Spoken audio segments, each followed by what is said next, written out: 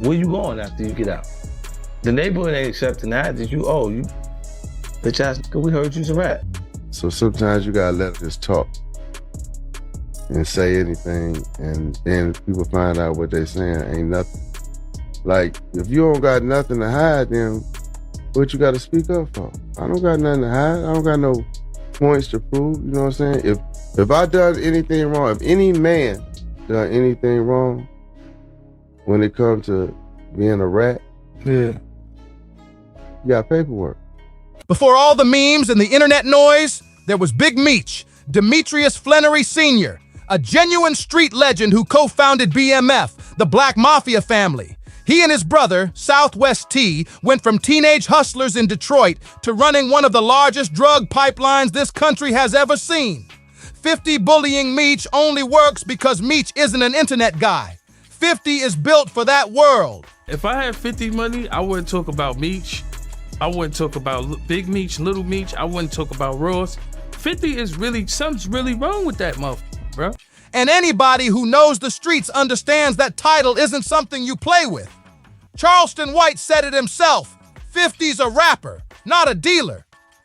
Then came the twist nobody saw coming. Big Meech got released from prison early, a sentence reduction that shocked everyone. The first thing people saw, him standing next to Rick Ross, 50's biggest rival, the same man who built a hit record off Meech's name. Ross had looked out for Meech and his mother when that song first dropped, and that's the kind of loyalty Meech doesn't forget. Man, you know, they always say you can't argue with yourself. So sometimes you gotta let us talk. He didn't need to be asked. He did it straight from the heart. Meech's own words. If I had 50's money, I wouldn't be out here talking about Big Meech, Little Meech, talking about Ross. Something seriously off with that dude. I wasn't even going to respond. I'm not trying to let anybody pull me off my square. But I never folded, never told, never will. Death before dishonor, always. 50 didn't stop at Big Meech. He went after the son too. The kid he literally built into a TV star. He dropped Lil Meech's private text where Lil Meech wrote, "I need to order protection. Why does it feel like I'm the bully out here?" The point being made, if you picked Ross over someone who did 19 years and never cracked, that's on you. 50 could have turned that loyalty into 5 more seasons and a movie. $30 to $50 million left on the table. Now Meech is standing next to a guy who can't even keep a concert running. Ross canceled twice in 10 days. The prediction is that Ross tosses Meech aside the second it stops benefiting him, and that 50 eventually burns it all down. Final season, whatever he's got on Tammy, all of it. Here's how it escalated. Right after Meech got out, a photo of him posted next to Ross spread everywhere. Captioned, "First time it's ever been done. Me performing BMF with the icon himself."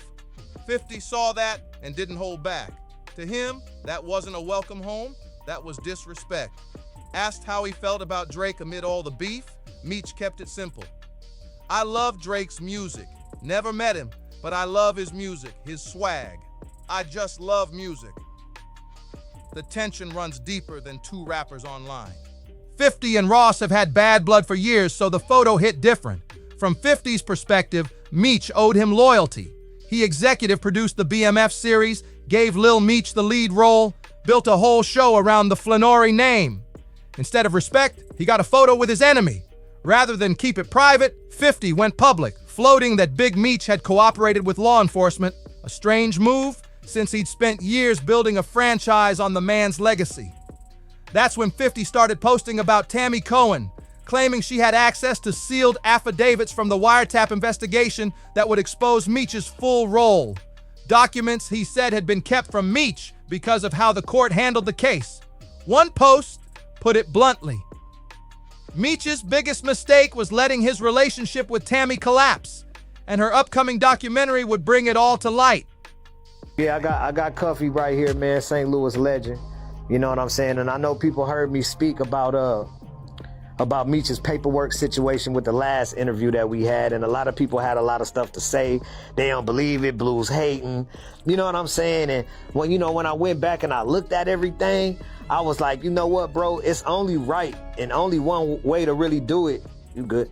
Only one way to really do it and just let Dog speak for itself. So I wanted him to call in, and this is him calling in during the interview. Go ahead, Cuff, man. You can introduce yourself and take the flow. Blue, what's up, man? Yes, sir. Hey, a lot of people, man, is thinking that this thing is made up, or this thing is fake, or that I have an axe to grind. You feel me? Right.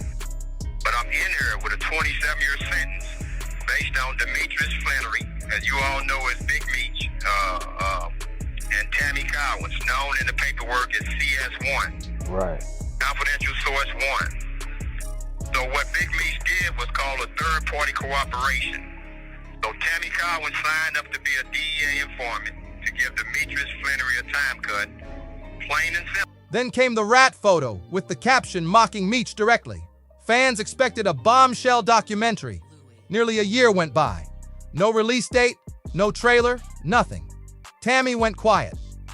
Kept the story alive anyway, sharing audio from another accuser who also claimed Meech had cooperated. In that audio, the speaker described chasing down sealed paperwork, eventually getting docket numbers through a contact named Prince, having an attorney pull the files, and receiving the documents from a man named Cuffy's own family. That's where Cuffy enters the picture. Unlike court records, Cuffy's accusation is his personal belief that Meech worked with authorities through back channels. He's sitting on a 27-year sentence himself, and he points at Demetrius Flannery and a woman listed in paperwork as Tammy Cowens, CS1, Confidential Source 1. His claim, Tammy signed on as a DEA informant to get Meech a reduced sentence. He says Meech introduced him to Tammy, and that she later passed along information that fed his own case, what he calls third-party cooperation. But he's never produced a document showing Meech personally spoke to investigators. It's built entirely on that connection and his belief about what happened behind the scenes. 50 publicly backed both Cuffy and Tammy, and talk began of a separate documentary about Cuffy's story, with 50 set to executive produce it as real proof Meech cooperated.